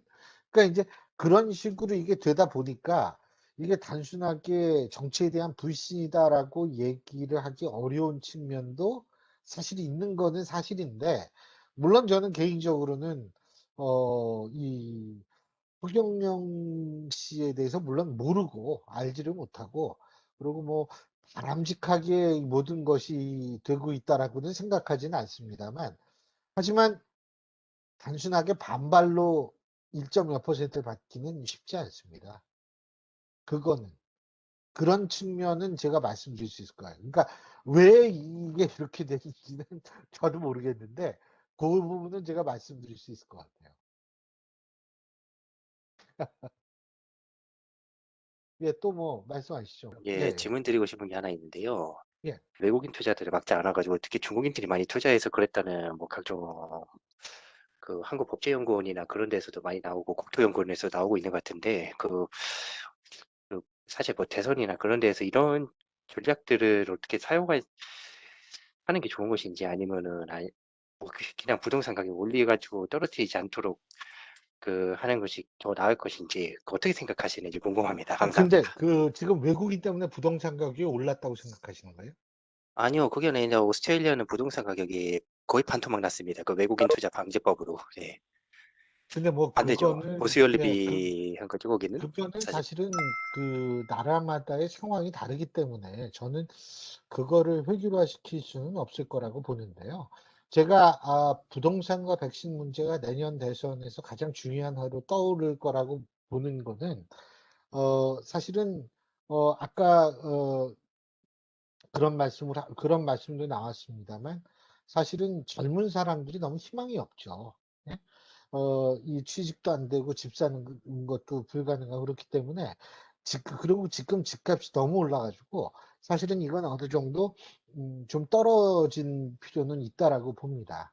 그리고 사실은 그렇잖아요. 지금 뭐냐면 사실 지금 세제를 보면 자 너무 올랐어요. 근데 이게 나이 드신 분 집값이 오르면 뭐가 문제냐면 자산세 같은 보유세 많이 낸다는 것도 문제지만 건강보험값도 올라요. 예? 그렇기 때문에 이분들은 진짜 이중고 삼중고를 겪게 되는데 자 그러면 아유 못 살겠다 팔자라고 해도 양도세를 많이 내거든요. 그렇기 때문에 팔지도 못해요. 예? 그래서 이러지도 저러지도 못하는 분들이 굉장히 많은데 이런 상황은 사실 저는 분명히 바뀌어져야 된다라고 생각을 하고요. 이런 상황 바뀌어져야 될 뿐만이 아니고 사실은 가격은 좀 내려갈 필요는 있지 않을까라는 생각을 하죠. 많이 좀 내려가야죠. 그러니까 이 우리나라 부동산 그래프를 보면은요. 이게 항상 계속 수직으로 올라갔던 것만은 아니에요. 올라갔다 내려갔다 올라갔다 내려갔다 하면서 이게 이 상승 곡선을 타는 건데, 제가 볼 때는 그 추세상으로 보면 이제 꺾일 추세가 됐고, 과거에도 보통 떨어지기 시작하면 한 30-40% 떨어지는 거, 20-30% 떨어지는 경우가 많았거든요.